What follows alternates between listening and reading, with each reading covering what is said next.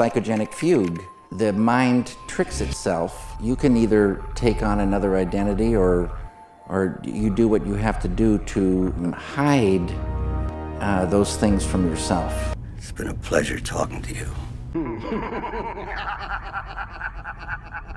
Many of David Lynch's work I would consider horror adjacent. Projects that may be set in another subgenre but always seem to creep into the nightmare fuel of dark imagery and dreamlike situations, leading by its neo-noir Hollywood style alongside this deeply unsettling tone. So today let's explore why it's one of David's best, in my opinion, and of course the scene that defines it. I'm Lance Velchek, and this is Scene Breakdown.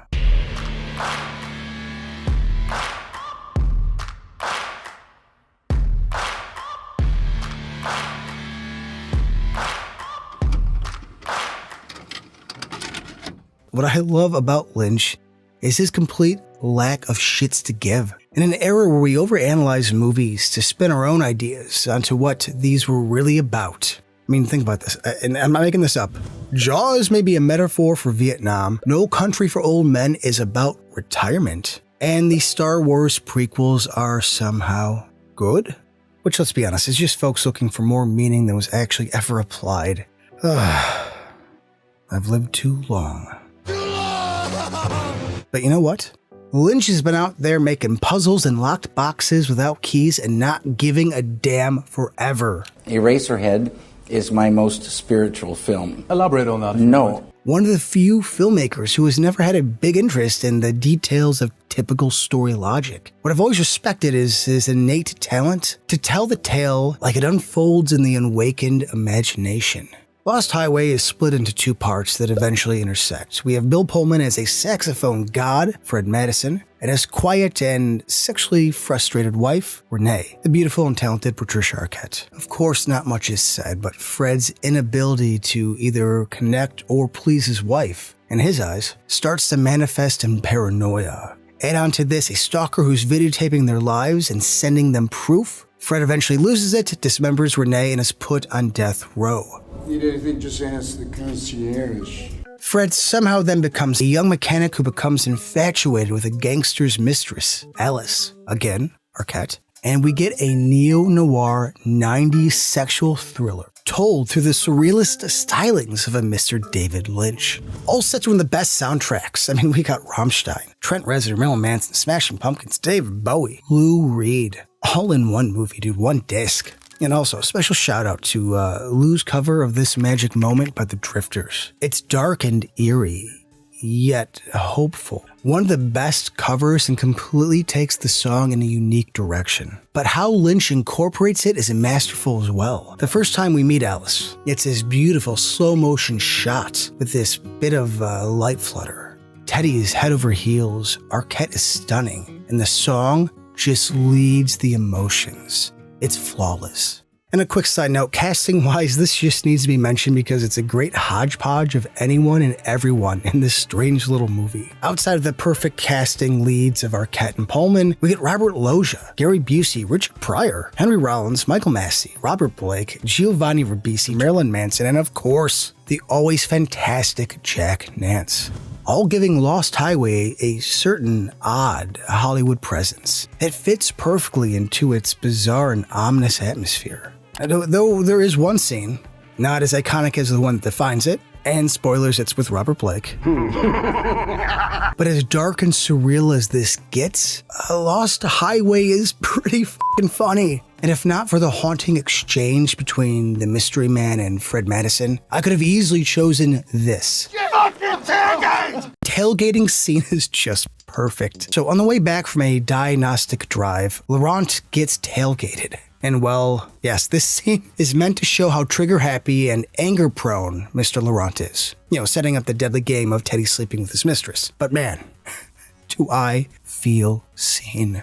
We talk a lot about representation nowadays. And this, almost 30 years later, still speaks to me. I have been seen. Do you know how many fucking car lengths it takes to stop a car? Loggia swinging in with that hand cannon of a Desert Eagle, which, you know, I love that it's the gun of the 90s. We have this jazzy noir theme playing, and he just goes for broke. Not only is the dialogue hilariously accurate, but Loja is at 11 in his delivery. I mean, listen to this poetry. Do you know how much space is needed to stop a car traveling at 35 miles per hour?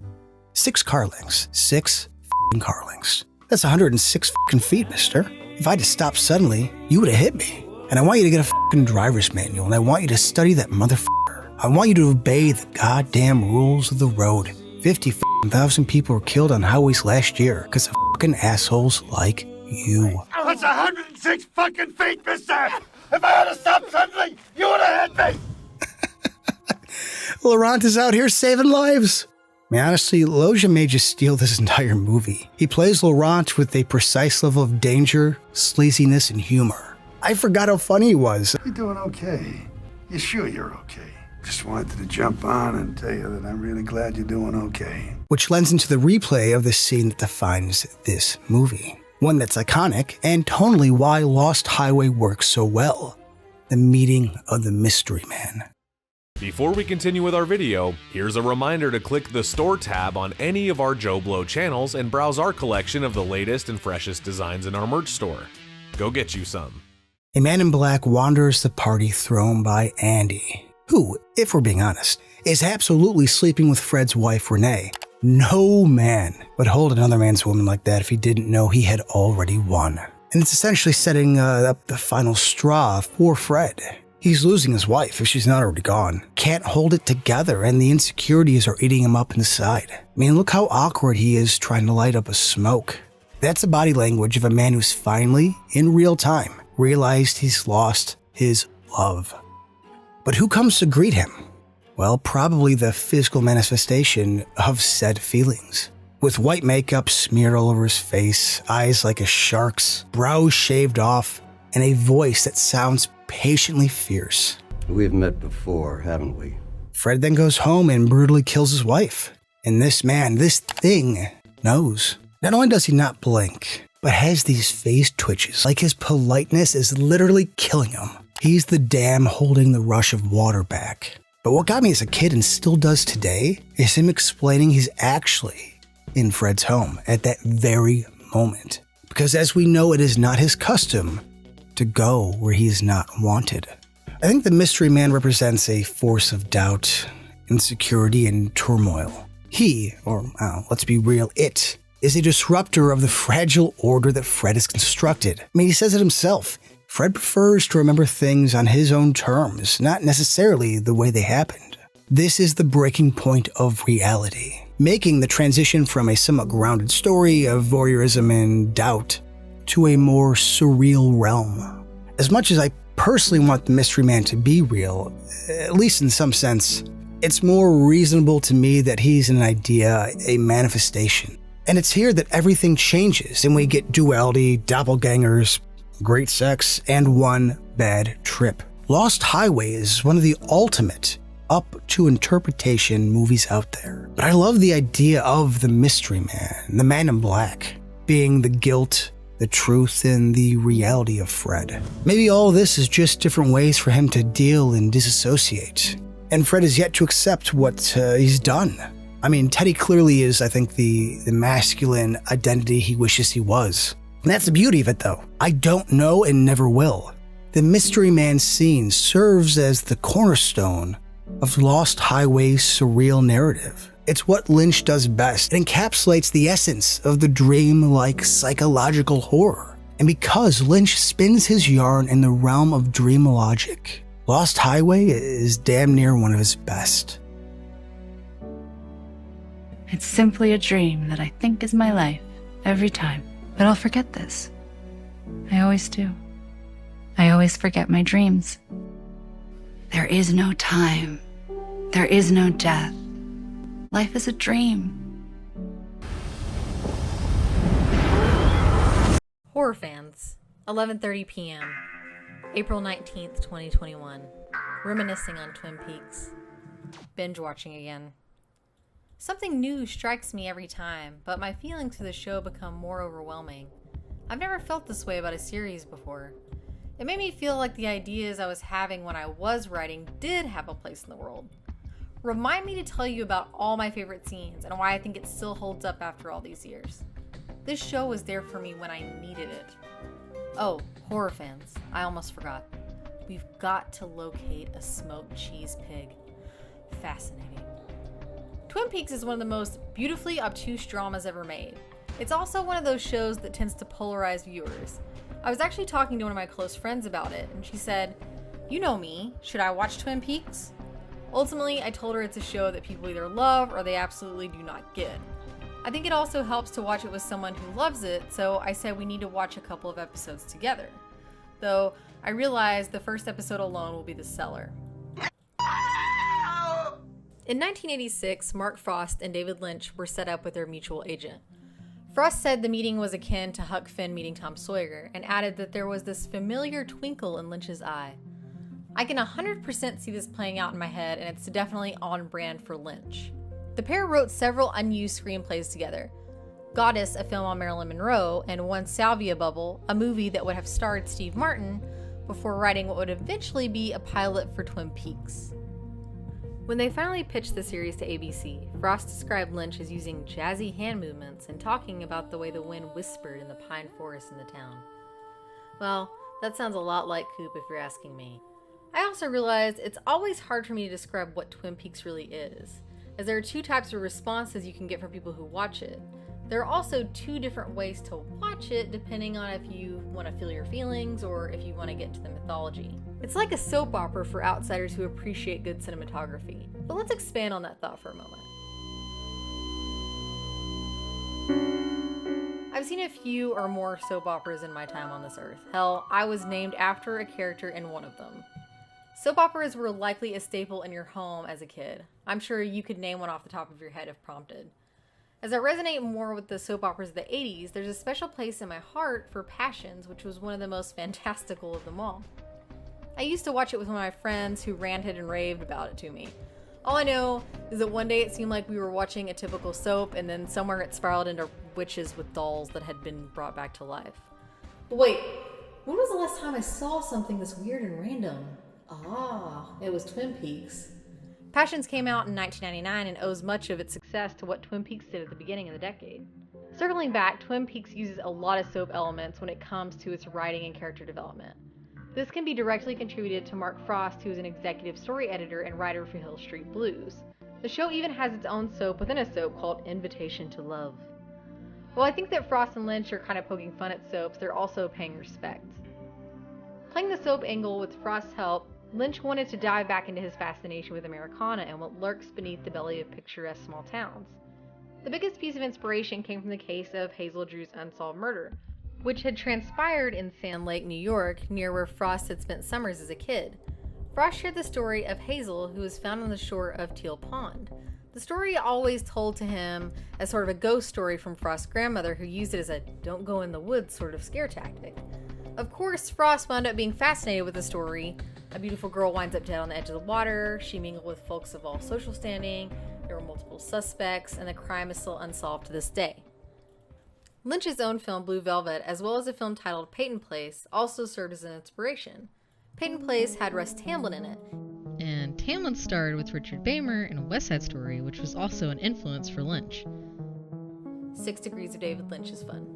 Lynch and Frost are certainly not a pair that seem like the universe brought them together, but they are. Though the show at times has some rather unsettling moments, I've also found that it's comforting. My little weirdo heart appreciates the brie and butter sandwich sniffing, the darker parts of the theme playing over the shot of a stoplight, and listening to Just You for what feels like an eternity. What was interesting for me is that for a show that is so full of secrets, Lynch spills none. He wants people to take it at face value and says that going any deeper ruins what the show is. I myself am guilty of spending nights in forums, especially when The Return was airing. I would stay up for hours just reading people's thoughts on every little thing in each episode. One of the most important aspects, and why it's so beloved, is the collection of actors and actresses that bring the town of Twin Peaks to life. I'm sure all of you have your own favorite characters. For me, it's hard to just nail down one. There are so many performances that make the show so enjoyable, even Frank Silva as Bob. I love Ray Wise as Leland, going off the rails and leading a double life that he himself isn't aware of. There's Sherilyn Fenn, who plays Audrey with this air of coolness and charisma, and it doesn't hurt that she's easily one of the most gorgeous women on the planet. Richard Beymer as Ben Horn is one of the best morally corrupt, slick motherfuckers I've ever seen on the screen. Machen Amick plays Shelley and glows in every scene she's in, and it's easy to see why Lynch sort of fell in love with her on and off screen. Michael Parks fucking nails everything he's ever in and does so playing the role of Jean Renault. Catherine Coulson is so wonderfully weird as the log lady. Kyle MacLachlan has led me to believe that Agent Cooper is not a character, but MacLachlan playing a riff of himself. I could do this for hours. There's Dawn S. Davis, Grace Zabarinsky, Russ Tamblyn, Dana Ashbrook, Harry Goes, Michael Horse, Miguel Ferrer, Jack Nance. Ugh, Jack Nance. Such a precious cinnamon bun, much like Michael Ontankian. There are too many amazing performances in this ensemble, and they all deserve any and every bit of praise. Lynch wanted the people of Twin Peaks to shine, and they do so perfectly. While the show deals in dreams, the town of Twin Peaks feels like a dream within a dream. I've been there, because of course I have, and it truly feels like a place separate from the rest of the world. Screw going to Narnia. Deliver me to Twin Peaks. I will gladly dance in the middle of the Double R Diner any day of the week. As Ben Horn said, admiration is for poets and dairy cows. I'm going to start this by saying this will be the hardest show to pick standout episodes for. You could easily just say the first season in its entirety and everyone would nod in agreement. It doesn't get much more solid than that. I said this in one of the previous columns, but I love season 2. When I signed up for Twin Peaks, I signed up for everything. However, I still have somehow managed to narrow it down to a good handful. But between you and me, all the episodes are my favorite. Again, for all my viewers out there, spoilers for an old-ass show ahead. Let's start off with the pilot episode, aka Northwest Passage. There's so many memorable moments in just this one episode. She's dead. Wrapped in plastic. That's a really bad imitation, but you know what I'm getting at.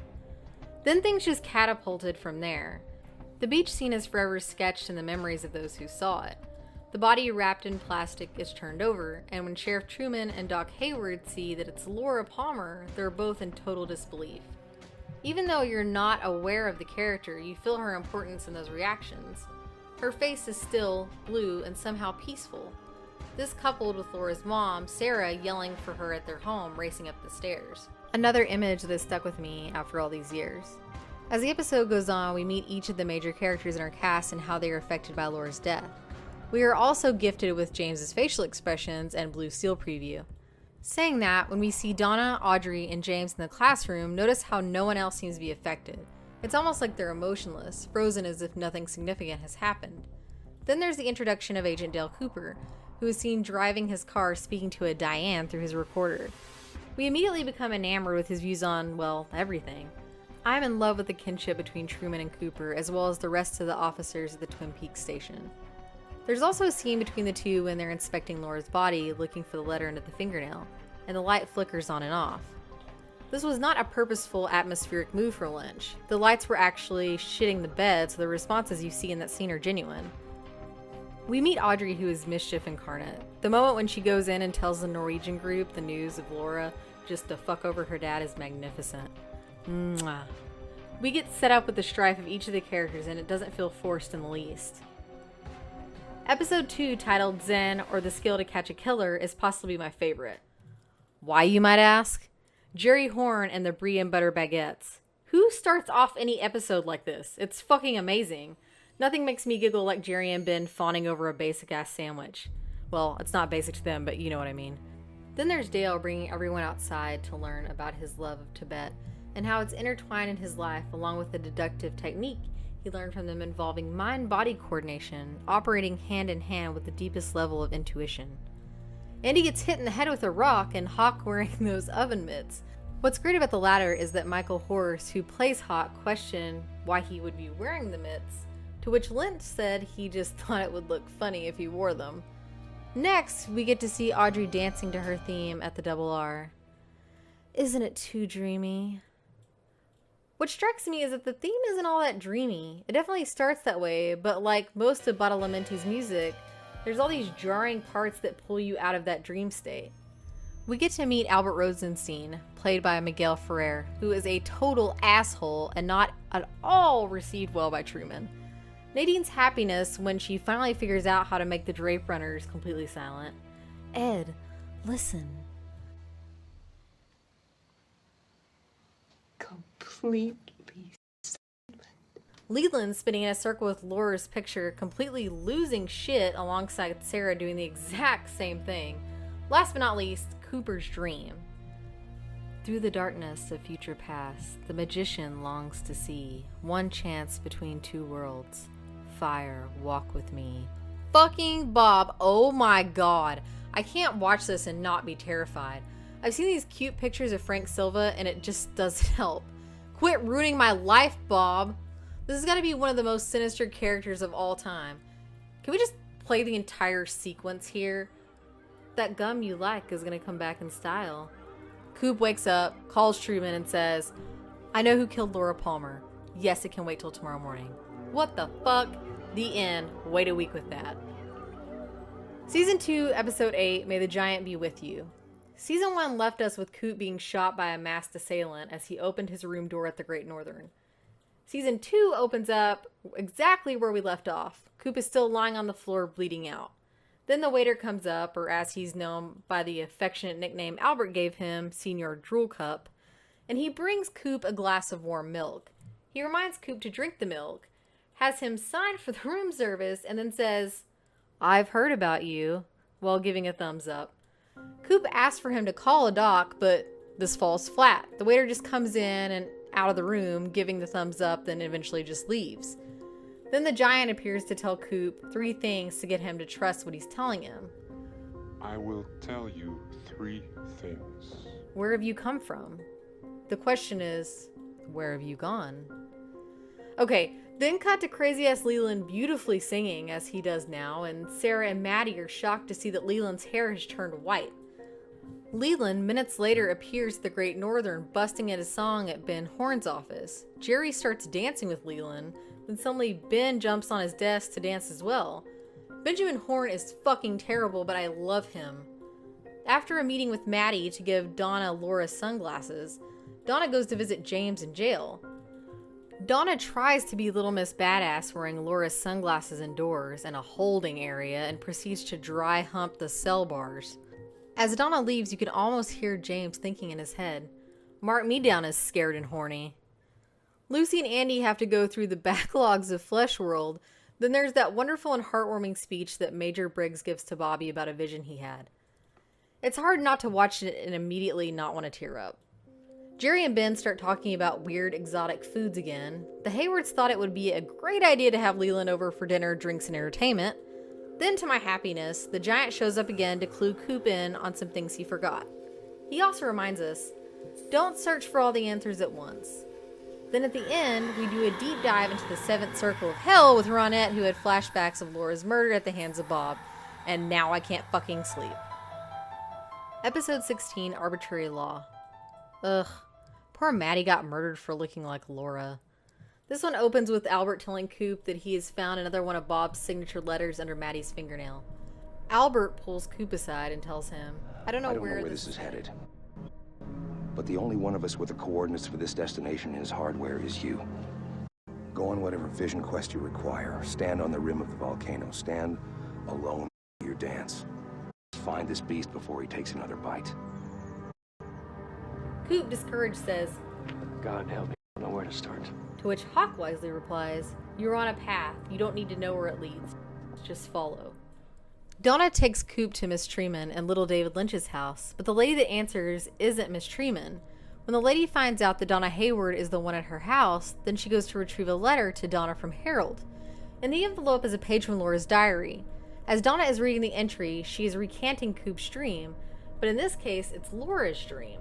At the end, Laura reveals that she knew she was going to die that night. If she dies, then she will not be stalked by Bob anymore. Coop rushes to see Philip Gerard, who is currently off the meds and is in full-on Mike mode. Mike tells Coop that the giant can help him after Coop's ring is mentioned. Later in the evening, Coop brings all suspicious parties to the roadhouse. Here begins the vision quest that Albert mentioned. After a sort of rocky start, Major Briggs enters with the old waiter who flagged Briggs down and asks to be brought to the roadhouse. He gives Coop a piece of gum, then walks over to Leland, who rather proudly states, hey, I know that gum. I used to chew it when I was a kid. That's my most favorite gum in the world. Then the waiter says the same words that the man from another place said to Cooper in his dream, which is also one of my favorite lines from the series if you can't already tell. That gum you like is gonna come back in style. Then with a flash of lightning, everyone freezes and Coop starts to flash back to his dream where Laura is whispering that he finally hears what she said. My father killed me. The giant then appears alone in the room with Coop and gives him back his ring. Coop picks up the ring and everything goes back to normal. Ben Horn is taken back to the station with Leland in tow as Ben's attorney. Everyone heads back to the interrogation room with the idea that Ben will be the one in there. But right before taking him in, Coop shoves Leland in the room and locks the door. Leland then loses his shit, but as we know, it's not Leland, it's Bob. Ray Wise gives a spectacular performance here, which is one of the reasons why the episode is so damn good. The moment when Leland, actual Leland, breaks down and tells the story of how Bob tricked him as a boy, and then details Bob's plans and how he was instructed to kill on Bob's behalf is just heartbreaking. Coop recites the last rites of the Tibetan Book of the Dead and leads Leland into the light where he holds him in his arms. The last bit between Truman, Albert, Coop, and Major Briggs reminds us that it's still not over. Albert muses that maybe that's all Bob is, the evil that men do. Maybe it doesn't matter what we call it. Truman then reminds them the one thing we don't want to remember, that Bob is still out there. Of course, we have to mention the final episode of Season 2, Beyond Life and Death. Wyndham Earle takes off with Annie to Glastonbury Grove in search of the entrance to the Black Lodge. Awful shit then starts to happen to all parties involved in the journey at this point. Nadine realizes she's 35 again and that Big Ed has moved on with Norma. The Hayward family gets a kumbaya from a Ben Horn who suddenly decided that he wants to do good things, and those good things involve letting everyone know that he's Donna's actual father. What a swell guy. Audrey gets her buns exploded at the bank where she's protesting trying to screw her dad over again. This time the idea was bad. Cooper then takes a journey to Glastonbury Grove to the circle of trees to save Annie. I always loved the imagery of the location in the woods. Truman watched Cooper disappear into the red curtains, then patiently waits for him. When Coop enters, Jimmy Scott starts crooning Sycamore Trees. He finds his way to the man from another place who tells him that when he sees him again, it won't be him, hint hint, and that the rest of his psychic friends are all hanging out in the lodge too. Laura, Old Waiter, the Giant. Laura tells Coop she'll see him again in 25 years. Then shit just goes off the hinges. Not that it wasn't already, but this is true nightmare fuel. Honestly, if the last 15 minutes of this episode doesn't haunt you in some way, then you probably are Bob. Coop spends most of his time going from room to nearly same room in the lodge. Fucking demonic Laura comes in and just screams. Thanks, Maddie, for the warning, but it didn't help. Fuck, it's Laura again just screaming, crawling over a gossip chair, and it's coming right for us. Annie and Carolyn show up with Wyndham Earle, and it's like, I'll spare Annie if you give me your soul. Then Bob, the king of all souls, comes in and makes Wyndham Earle his bitch. Wow, Bob, wow. Bob tells Coop that Wyndham Earle can't take anyone's soul, and since he was a big fibber, now Bob is going to take his soul. But before we think it's all over, because of course it has to keep going, a doppelganger Coop shows up and starts demonically laughing with Bob and chasing after Coop. One of the last scenes in the lodge is Doppel Coop grabbing actual Coop. Then suddenly we're outside again and we see Annie and Coop lying on the ground. The very last scene is perhaps one of the most memorable. Cooper is back laying in his bed at the Great Northern asking about Annie. Everything seems in order until Coop says he needs to brush his teeth. He goes to the bathroom, wastes an entire tube of toothpaste, then proceeds to slam his head into the mirror. We see him pull away with a bloodied face, and looking back in the mirror at him is Bob. Coop then turns to the camera, laughs, and mockingly says, "How's Annie?" more than a handful of times. And that's it.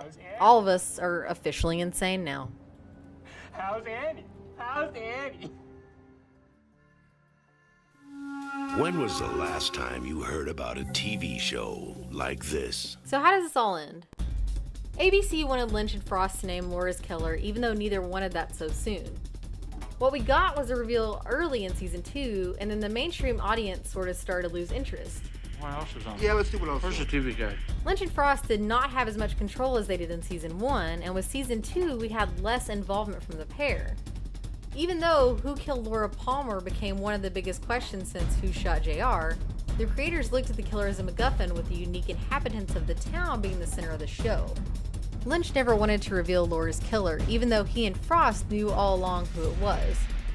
Frost thought the audience deserved to know who the killer was, and all this disagreement created a wedge between the two. Don't worry, they're still good pals, but a team of creative minds can run into some walls or red curtains sometimes. The murder was solved, the interest was lost. It was over. It was probably a good thing though. I think dragging it on would have made the show lose the quirky charm that it had. I know we selfishly want to have a show we love last forever, but you see the damage that can be done when that happens. Also, please in the comments tell me about a show that you loved that you thought lasted for too long. I'm curious. In 1992, Fire Walk With Me was released as a prequel film to the events that took place in the series. It told the story of Teresa Banks in the days before and leading up to Laura's murder. Most of the cast had come back on board except for Laura Flynn Boyle and Sherilyn Fenn. Boyle was replaced by Moira Kelly. Kyle MacLachlan is also in the film, but only in a smaller capacity due to his concerns with being typecast. Frost ended up dropping out over the direction of the film, whether it should be a sequel to the series or center on Laura. The prequel unfortunately was not well received with audiences. I mean, that is one movie that stands out for me in terms of how it got reviewed. It got booed after it screened at Cannes. Booed! But what was interesting is that the movie completely and utterly sets up season 3, which we will get to shortly. When Twin Peaks originally debuted on ABC, those who knew the work of Lynch wondered how the hell his work could possibly play for a regular audience. While help from Frost made this transition not only great, but palatable for normies, Lynch was still held back in many regards. Fire Walk With Me gave Lynch all the control he wanted to go as far outside the box and into outer space as he wanted. Those who were fans of Lynch and Twin Peaks knew that the film would possibly be unsettling and less humorous.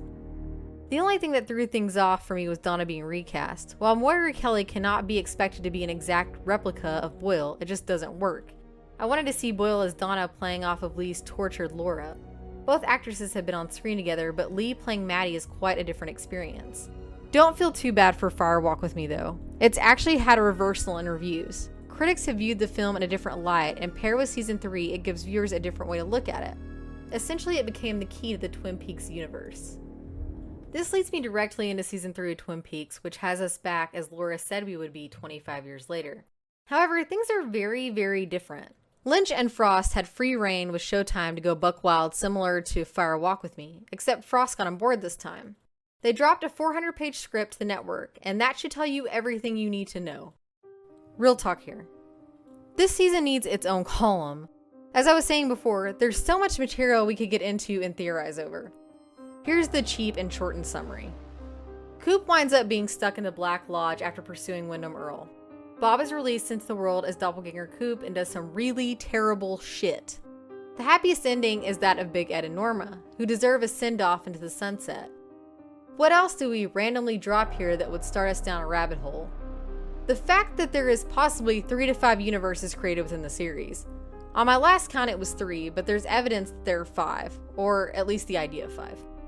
The convenience store and the reoccurrence of Garbanzo, the woodsman, Philip Jeffries returning in the form of a tea kettle?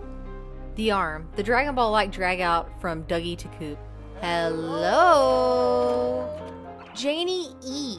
Numerology. Wally Brando. Thanks, Michael Cera. Poor fucking Audrey. The glass cube which released the experiment, who is possibly a form of Judy, aka Jowdy, and made me think that Lynch has paired up with Aphex Twin to do some kind of nightmare project. This idea is not open or available. Was Sarah Palmer inhabited by Judy this whole time? Also, the glass cube is a particularly interesting device that is plopped right down in front of us and is never really explained. Was Doppelcoop hoping to trap Good Coop? Was it a gateway between universes? Can I scrub any of that out of my brain?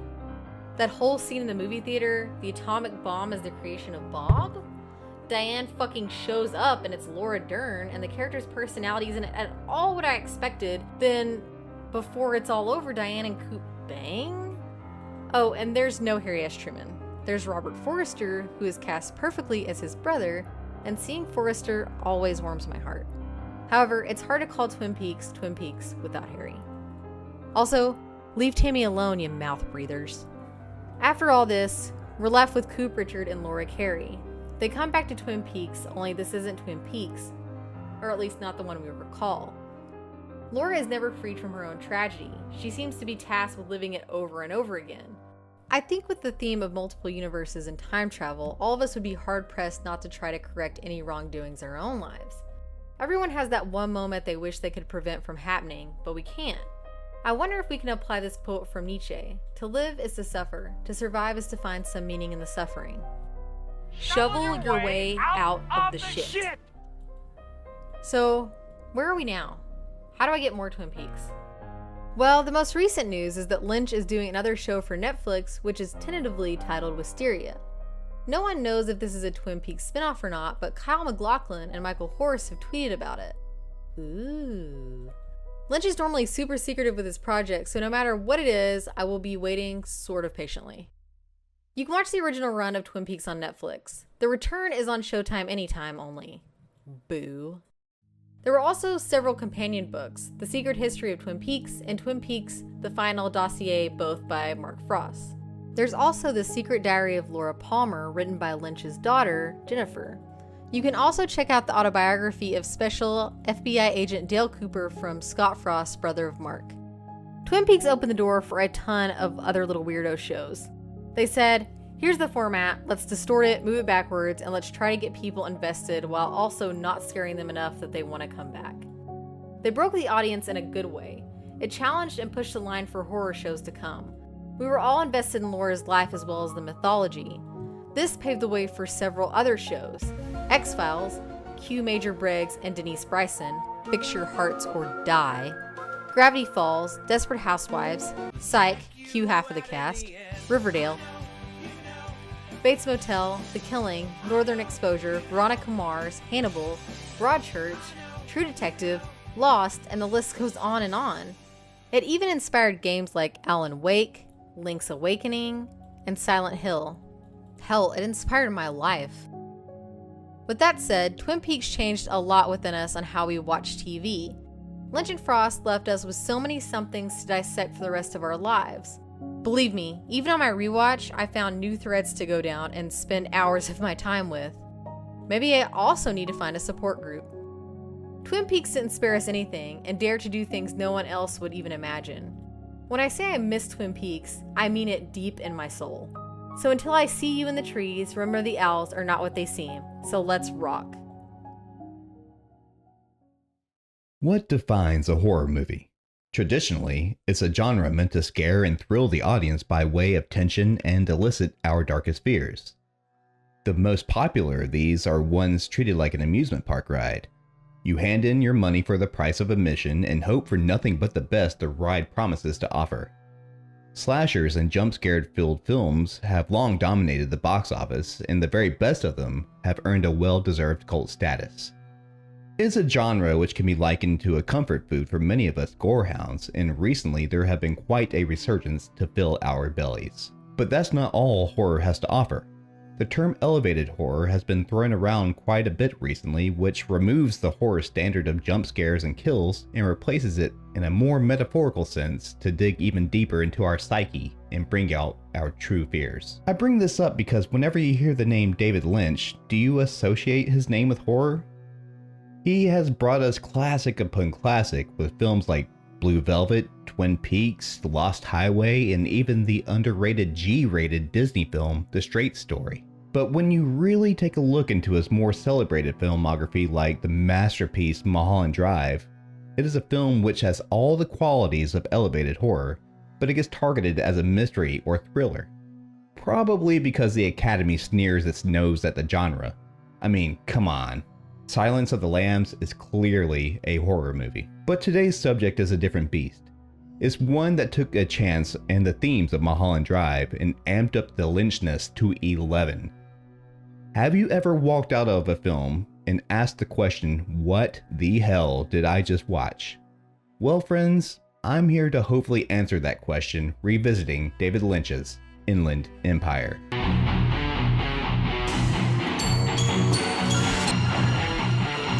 Nice hearing from you, Carlos. Before I go on, be warned this is full of spoilers, where I will pretty much speak of the entire film's major plot points all the way up to the ending. A woman in trouble. That's the tagline to the movie, and pretty much the only thing Lynch answers when asked exactly what this movie is about. As with pretty much all of his entire filmography and even his short films, he provides the viewer with a surrealistic mind-bending experience, which, more than likely, would require multiple viewings to fully understand. But Inland Empire? That's on a whole different level. During its 3-hour runtime, only about a third of it consists of a straightforward story. Fading actress Nikki Grace gets the role of a lifetime in a film called On High and Blue Tomorrows. They soon learn the film is actually a secret remake of an unfinished Polish film called 4-7, which was abandoned due to the two leads being murdered. Eventually, the two actors begin an affair. However, Nikki's world starts to blend in with that of the film, making it difficult to distinguish what is and what isn't real. And that, my friends, is where the coherent story ends. Let's jump back to the beginning. Inland Empire begins with a shot of an old vinyl playing a broadcast of X on N, the longest radio play in history. From there, we see a crying woman known as the Lost Girl watching an eerie sitcom about a family of rabbit people. These rabbits speak in phrases which don't make sense and is accompanied by random laugh tracks and applause. We'll come back to these two stories in a bit. Back in the real world, an older and disoriented woman stumbles onto Nikki's doorstep, introducing herself as the new neighbor. The two women begin to talk about the film Nikki auditioned for, to which the woman replies she knows for a fact she scored the role. The woman then tells Nikki two stories. The first involves a young boy who opened a doorway to see the world, causing an evil reflection that follows him. The second is a variation of the tale about a girl who gets lost in an alley behind a marketplace. She hints that the movie Nikki auditioned for involves murder, and if Nikki's husband, Piotrek, is involved in the production. As Nikki, and the audience for that matter, gets increasingly confused by this woman's comments, she adds she has trouble keeping time. She then points across the room and tells her if it were tomorrow, Nikki would be sitting right there. The time then jumps to the next day when Nikki receives the phone call that she got the lead in the film. Meanwhile, her husband overlooks, seemingly in anger. The two stories this woman tells could be chopped up as nonsense, but when we are dealing with Lynch, one would have to keep these pieces in mind for later. Some time goes by and the film is underway.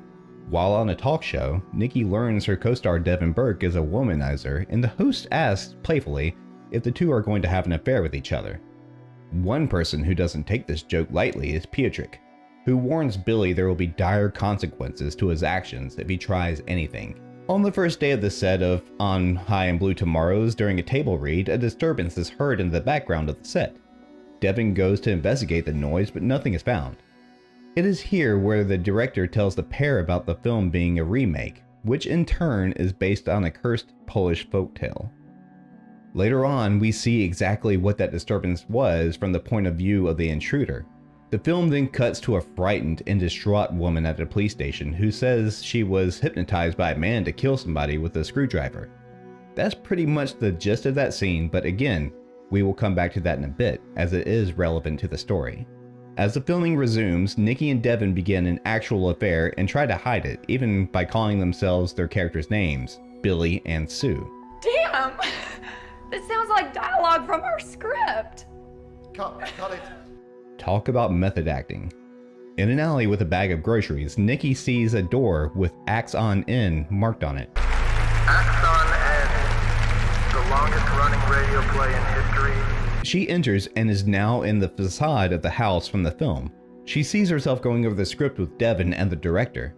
On the other side of the window, her husband stares at Nikki, haunting her. The facade then changes into her character's house in the suburbs, and Nikki is now fully immersed herself as the character Sue. Still with me? What's going on? Because this is where the nightmare and true horror of Inland Empire begins. Over the course of the next 2 hours of this film, Lynch takes you through the many settings through the essence of Nikki's desperate soul. To dissect this film in its entirety could honestly take hours, but I would just like to point out the key moments which transpire. However, from here on, to make things a little easier, I'll refer Nikki and Devin to their character names. When Sue first enters the character's home, she is greeted by a troupe of prostitutes. They all speak of a certain man whom they all shared at one point. Thinking they are talking about Billy, She tries to hide her eyes from them, but when she opens them again, she is now in 1930s Poland working as a prostitute. Meanwhile, the lost girl from the beginning is watching this as if it were part of a TV show, with the Axon N radio play continuing to spin, acting as a portal between Sue and the lost girl.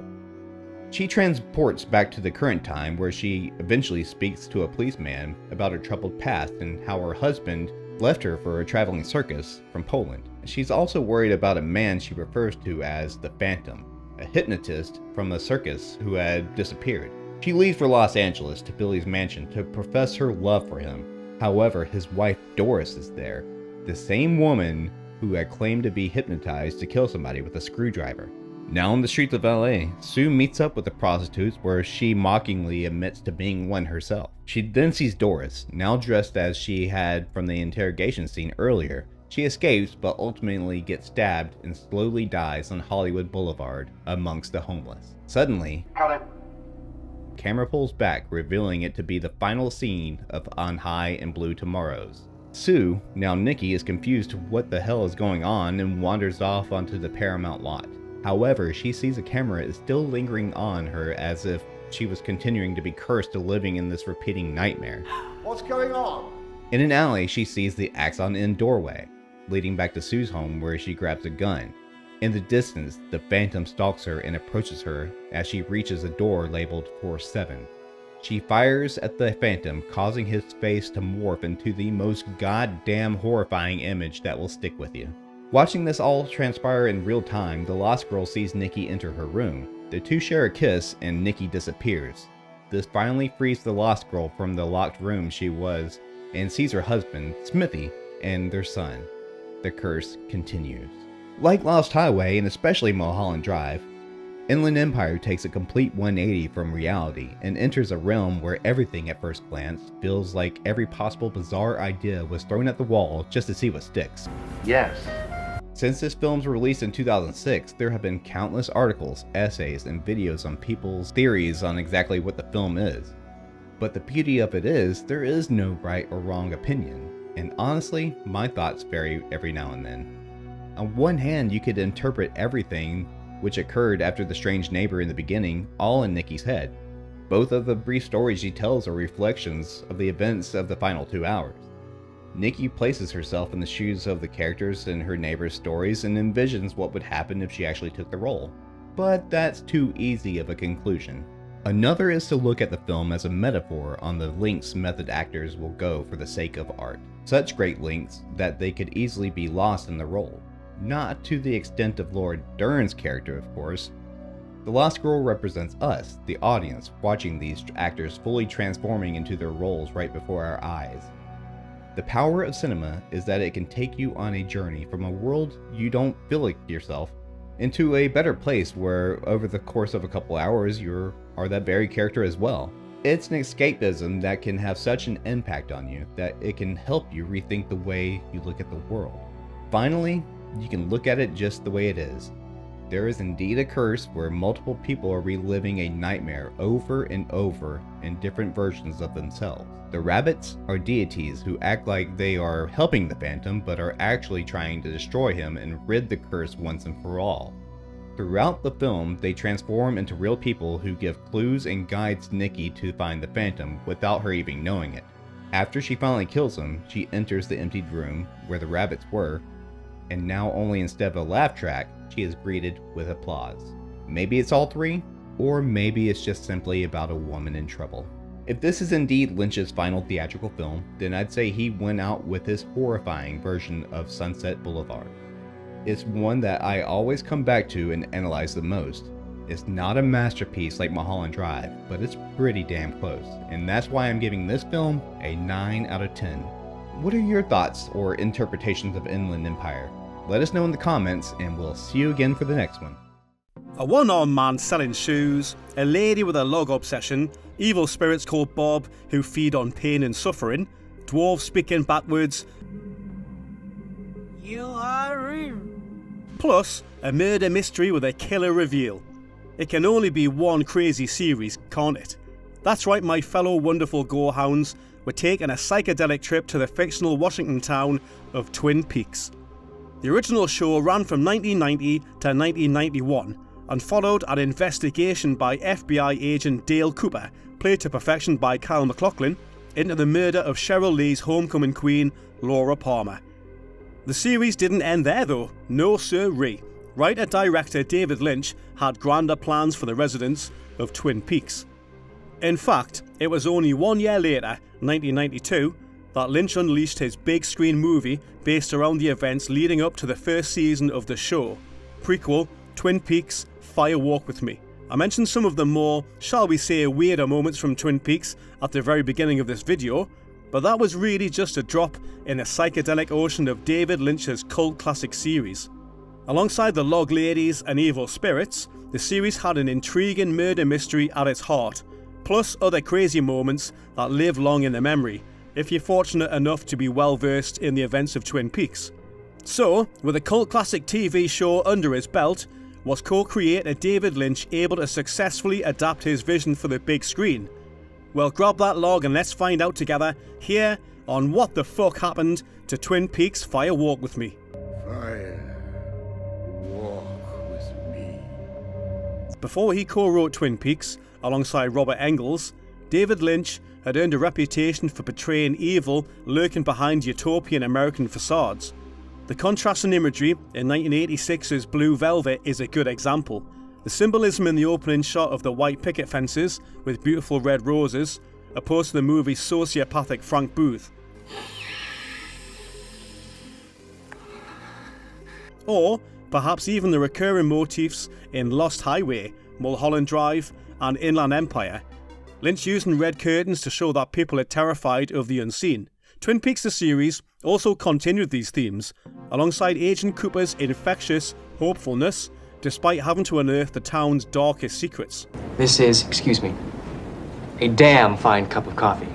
Before the idea for a Twin Peaks movie came to fruition, producers, Aaron Spanning Productions, initially wanted to create a third season of the TV show. However, declining ratings and the increasing cost of production meant that TV network ABC cancelled it. Lynch, alongside Spanning Productions, agreed to conclude the series as a film trilogy and secured a $75 million deal with French company CB 2000 and announced the first movie just a month after the series was cancelled. However, Lynch and co-creator Mark Frost couldn't agree on whether to make the movie a straight-up sequel or a non-linear prequel.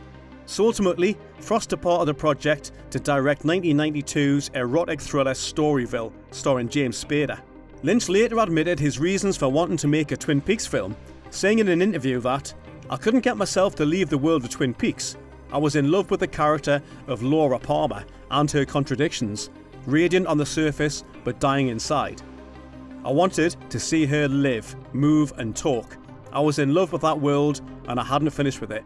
Actress Cheryl Lee, who played Laura Palmer, echoed Lynch's sentiments with regards to her character, saying that, "I never got to be Laura alive, just in flashbacks. It allowed me to come full circle with the character."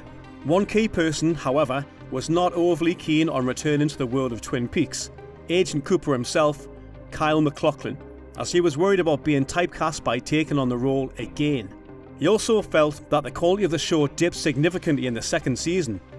Roughly a month later though, MacLachlan was eventually persuaded to join the project, with the deal being he would take on a smaller role. This meant the script was rewritten so that Wicked Game crooner Chris Isaac's agent Chester Desmond would be the one investigating the key murder in the movie's plot.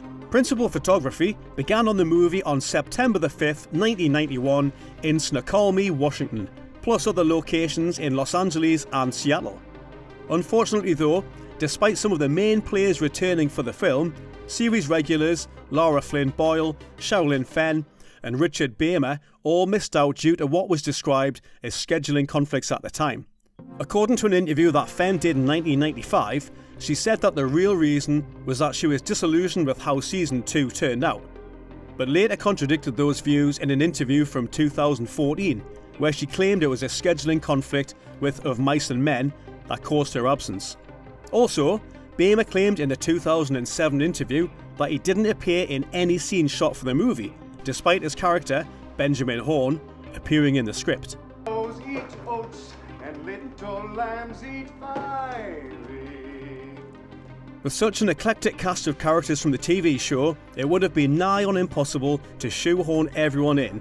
Plus, a lot of the characters may have not had much of a bearing on the life of Laura Palmer. Actors such as Michael Onkeen, Warren Frost, Mary Jo Deschanel, and Everett McGill were just several performers who filmed roles but ended up on the cutting room floor. They did, however, make it onto The Missing Pieces, a feature-length compilation of deleted and extended scenes that appears on the film's Blu-ray box set. Check that out if you can. The main cast members that feature in prominent roles in the finished cut are, of course, Kyle MacLachlan in his smaller role, plus Cheryl Lee as Laura Palmer, Ray Wise as Leyland Palmer, Madge Namik as Shelley Johnson, Dana Ashbrook as Bobby Briggs, Miguel Ferrer as Albert Rosenfeld, Chris Isaac as Special Agent Chester Desmond, plus notable roles for Kiefer Sutherland and Heather Graham. This is just a drop in the ocean of the sprawling cast, and director Lynch even appears in a fun cameo. Plot-wise, the movie is a prequel and a semi-sequel to the cult TV series, and mainly focuses on the last week of Laura Palmer's life, whose murder was the unwinding mystery of the show. In the early 90s, all the chat around office water coolers, the world over, was just who exactly killed Laura Palmer. This, of course, was all pre-internet, as we know it today, but I remember all sorts of mad theories being bandied around between my folks and their friends, none of which were anywhere close to the ultimate reveal of the killer. But such was the intrigue and the mystery of the show, people were fascinated with who exactly the murderer was. In Twin Peaks Fire Walk With Me, instead of attempting to answer a whodunit, Lynch attempted to answer the question, who was Laura Palmer? Was he successful in creating a feature-length version of his sprawling, mad-as-a-box-of-frogs TV show? Well, for this particular writer, the answer to that is most definitely yes. The director initially settles the audience into a tone that seems more akin to the show, with a prologue that focuses on agents Desmond and Stanley, who are investigating the somewhat grisly murder of Teresa Banks. This sequence feels tonally more like the TV show, and when David Bowie's missing FBI agent appears, it becomes more like the nightmarish elements of the show, with a sense of impending doom lingering over the town. Bowie's cameo is a massive highlight of the film, with his menacing ramblings setting the tone perfectly for the events that follow. Are you the man? What really elevates the movie, though, is Cheryl Lee's performance as Laura Palmer. Her emotional range is excellent.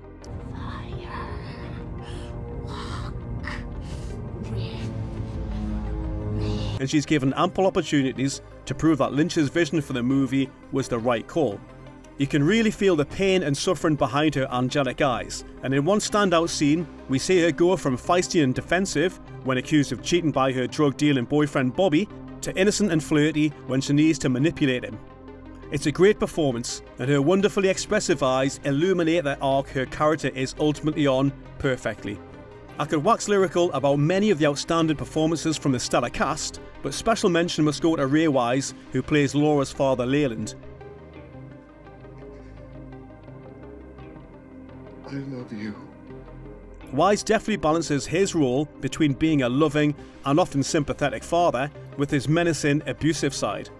Their relationship is often incredibly uncomfortable to watch, such is the power behind their performances. And one scene in which Leyland berates Laura over dinner about washing her hands is one of the more upsetting moments. Look. There's dirt way under this fingernail. Also, when Laura tearfully watches Julie Cruz singing Questions in a World of Blue, it's one of the most heartbreaking moments in the movie, enhanced by some wonderful production design. After rewatching the movie for this retrospective, I think it was perhaps misunderstood upon first release, and for me at least, is a triumph.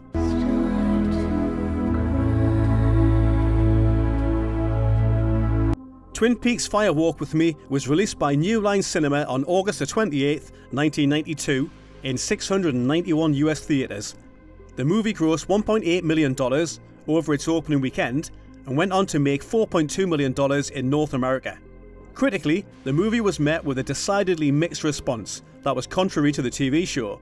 It was entered into the 1992 Cannes Film Festival and was allegedly met with boos and hisses from the often difficult to please festival patrons.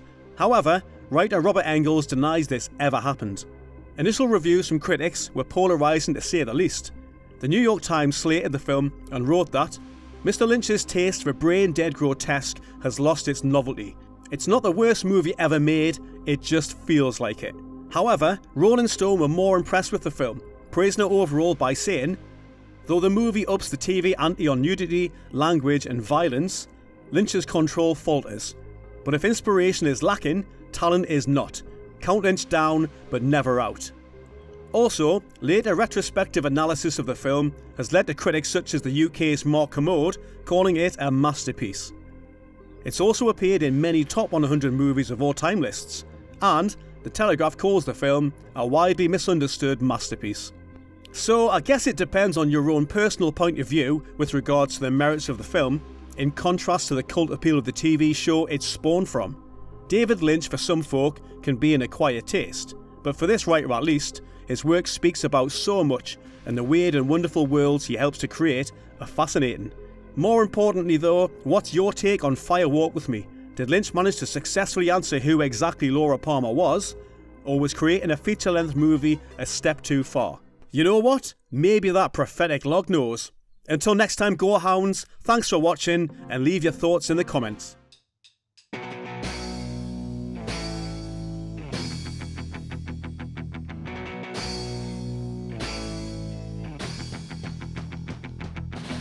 Seems like the world is moving on. Didn't stop to look around. Didn't get a shit. Thank you for clicking on our video, everybody. If you like what you saw here, please make sure you like the video and subscribe and share with your friends who like this sort of content. Joblo remains an independent company, and we appreciate all of your support.